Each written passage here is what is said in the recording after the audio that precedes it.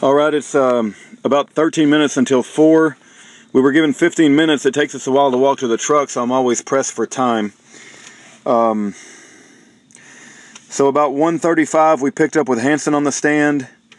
One thing I should say is that the IRS Special Agent Evans didn't sit in front of me this time. I don't know if he's listening to me putting out these audios or not, but I had a clear view to the witness, so I felt that was better than before, where he sat right in front of me, and when I would lean to the right, he would lean to the right, so that didn't go on this time.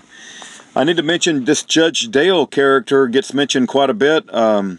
Hanson doesn't remember his last name, but he said he has received books from the man. So that gets mentioned quite a bit. This Judge Dale character seems to be providing a lot of information for the trust, and nobody seems to remember his last name, which is understandable, I guess. But the Tiffany, who's very animated, there's another word for it, theatrics, a lot of theatrics from Tiffany. Her body language is, aha! You know, and she's always moving very rapidly like a volleyball player, back and forth and bouncing all over the place, wearing her tight pants, and her attitude of, you know, about you don't have the education and you're acting like you've got a high IQ and you don't have accredited universities behind you, and it's quite a show in the courthouse today. Paul Hanson said he walked out of his house when he was issued the subpoena, and he challenged it shortly thereafter. Tiffany has objected many times. Let me see how many times I counted. I counted up to 9 or 10 different places where either Tiffany or Judge Margaret Casey Rogers injected themselves, whereas the defense never did that. It's absolutely amazing that every time I turn around, Tiffany's either objecting or the judge is giving instructions, and at least 10 times. And see, that never went on when we had this boring onslaught of reading of documents by Scott Schneider. But let's see, Tiffany got upset. Her first objection was that Hanson cannot define the law, because he started to say what the law was, and then Margaret Casey Rogers had to step in and say, you know, Hanson, you're not allowed to define the law. Or she said the jury, even though he may talk about what the law is, you're to not count anything he says as definition of the law. That only comes from me, because Hanson has put himself up as someone who's been through a lot of studying of common law and jurisdictional law, but they don't allow that to get in as any authoritative discussion. We only have 15 minutes, so I may do these notes later on when I have more time, but let me just go through some highlights here. The biggest thing is Tiffany's theatrics and her attitude, jumping all over the place and objecting like crazy, and she really has a bad attitude towards Hanson, thinking he's deceptive and evasive. But Hanson just thinks differently than the rest of us. He doesn't think of himself as, he said he doesn't answer the question whether he's a citizen in the affirmative, or he doesn't deny it. He said he challenges it, and he talks about birthright, as if it's birthright is a form of citizenship, and that's the highest form. When they asked him, he received the subpoena after he walked out his house, he immediately challenged it. Paul Hanson said, I thought I would get a response before just getting arrested, you know, like a bunch of thugs. So it's like they just came and immediately arrested him when he challenged the subpoena, and he thought he would get some sort of written response, but no, these thugs just show up and arrest you. Hanson said that he feels like he's on very perfectly sound principle of law when he challenges a subpoena. He didn't think it was inappropriate to challenge the subpoena. He sent notices to the clerk, the attorneys. What else? He talks about his birthright gives him special privileges. He talks about civil contempt of order and criminal contempt of order, court orders. He said he's very sensitive not to do anything that would rise to the level of clouding a title. He does not want to break the law and cloud the titles. Hanson talked to his lawyer at church and got some, but they wouldn't allow him to say what the guy said because it was hearsay. But this Judge Dale, like I said, I think he may be some sort of retired former federal judge that converted to Christianity, and he's trying to help correct a lot of things in this corrupt, evil system. I don't know that for sure, but I think he has. Hanson did say he wrote some books, and he got some books from him. When Klotz was questioning Hanson, He said, did you conspire to conduct illegal activity with Hovind? Paul Hansen said no. And then Klotz said, if Hovind ever directed you to do something illegal, would you do it? Hansen said, no, he would not do that, and he would stop associating with Hovind. So they are men that's driven by biblical principle, but because Tiffany and Snyder and Margaret don't understand anything about Bible-believing Christians, they just think of us as deceptive and evasive, and they don't understand our worldview. Paul Hansen says, I live by the Bible. It tells me not to defraud people. Klotz said, do you have any intent to take or to defraud anything from Jaworski or anyone? Hansen said, if I see a penny, I ask the guy next to me if it belongs to me. Theft is wrong. God is watching everything we do. Hansen goes on to say the U.S. Great American Experiment is about freedom, not government. Freedom limits government. The main theme in America is freedom, not government. Obey God without affecting other people's rights. It's the only country on earth where we've had this freedom, and he wants to preserve our freedoms. He's working hard to ensure that we promote freedom and not bigger government. U.S. citizen is not the highest. Freedom. We need to be freedom focused, not government focused. He mentioned the Bill of Rights. He means that they exist. He said they existed before the Constitution was created. In other words, our rights come from God. We didn't need the Constitution to give us those rights. Hansen said Hansen made note, and this is true. Hansen made note from the witness stand. He said you'll notice that the prosecutors never refer to me as a U.S. citizen. He said if they ever refer to me as a U.S. citizen, then he'll have the counter argument of what document or what basis do you make that claim? Because I noticed that Tiffany never refers to him as a citizen. She only says, have you ever found any evidence that Paul Hansen is a citizenship of any other country on earth besides U.S.? But she never refers to him as a U.S. citizen. So Paul Hansen is right in that regard, because they don't have any documents or basis to call him a U.S. citizen. Tiffany objects again. She's always objecting. She's very like animated and theatrics. And she's almost so negative, I would think it would bias a jury, because she's so negative against him. She doesn't even try to hide it. Tiffany's objecting again, yet again. Hansen said that he maintains his right to challenge authority for redress, that he's never going to give that up. And keep in mind, that goes back to what Judge Margaret Casey Rogers is saying about its final judgment in perpetuity. Hansen says he's got the right to redress. Yeah, I gotta finish this up. I don't want to do I got so much stuff, guys. I'll tell you what, I'll do this again tonight, because we got to get back in the courtroom. I don't want to miss anything. We're right in the middle of some heavy-duty stuff.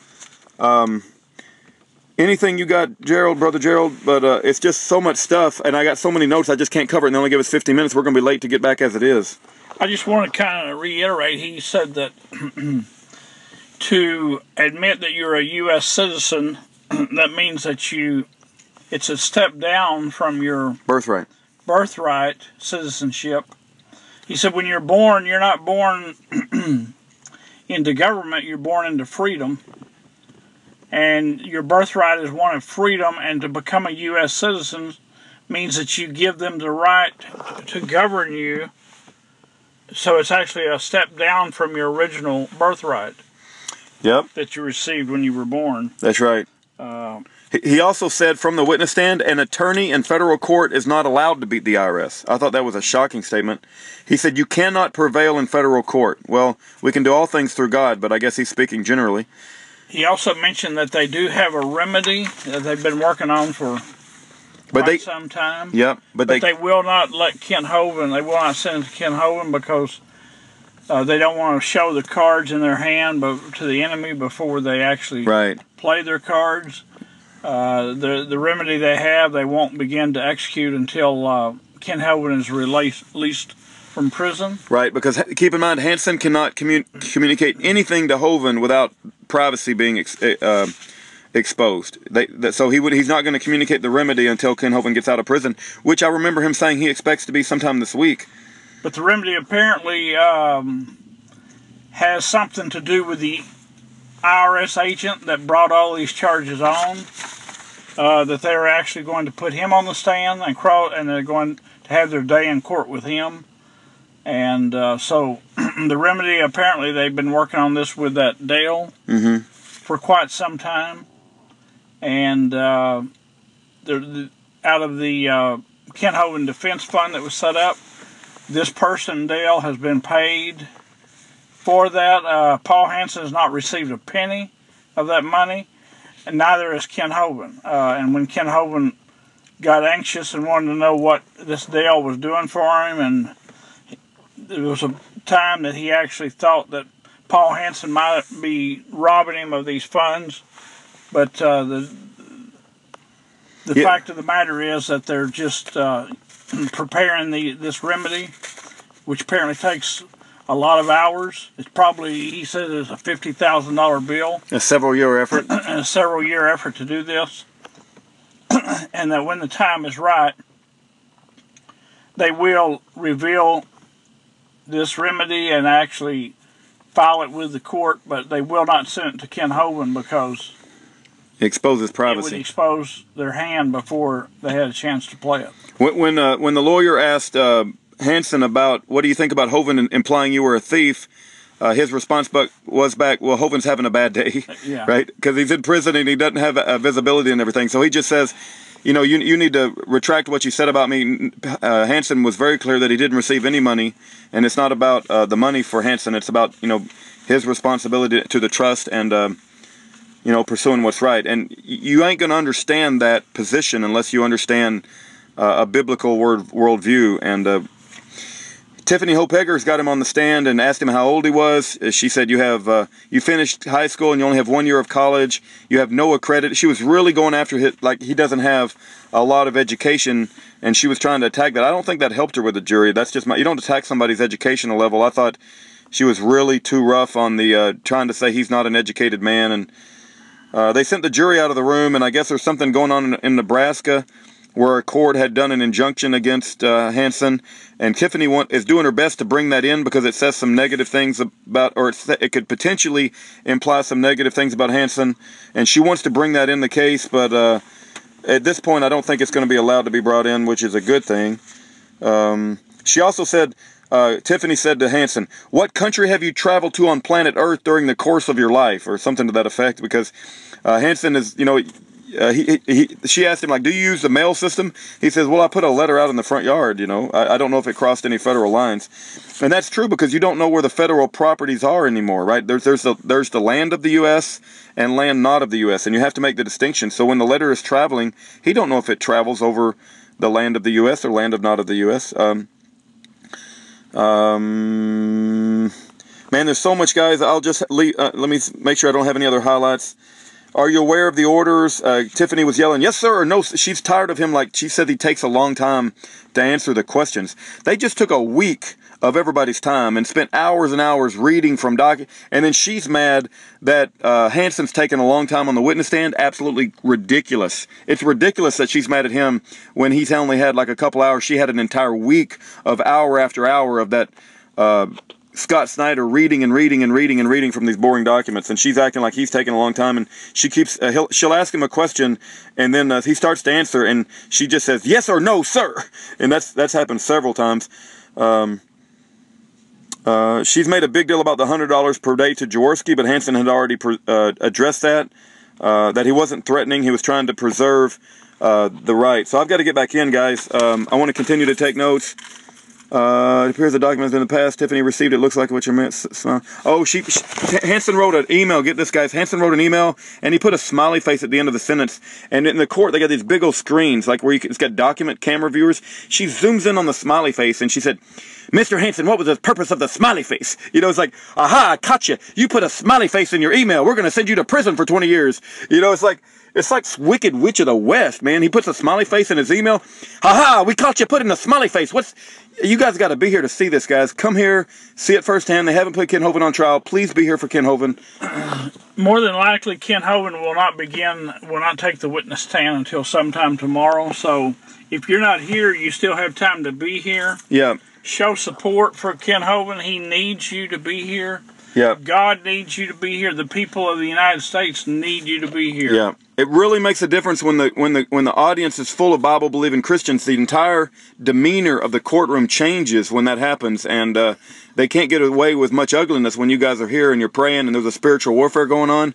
Not only for Kent Hovind and Paul Hansen, but I believe it's a bigger battle. There's a good versus evil battle going in that courtroom, and we need it filled with people with a biblical perspective. But we got to get back in. I had a lot more notes, but I just got to get back in. I don't want to miss anything, guys. God bless you. Please pray if you feel convicted. 1 North Palafox, Pensacola, Florida, U.S. Federal Courthouse.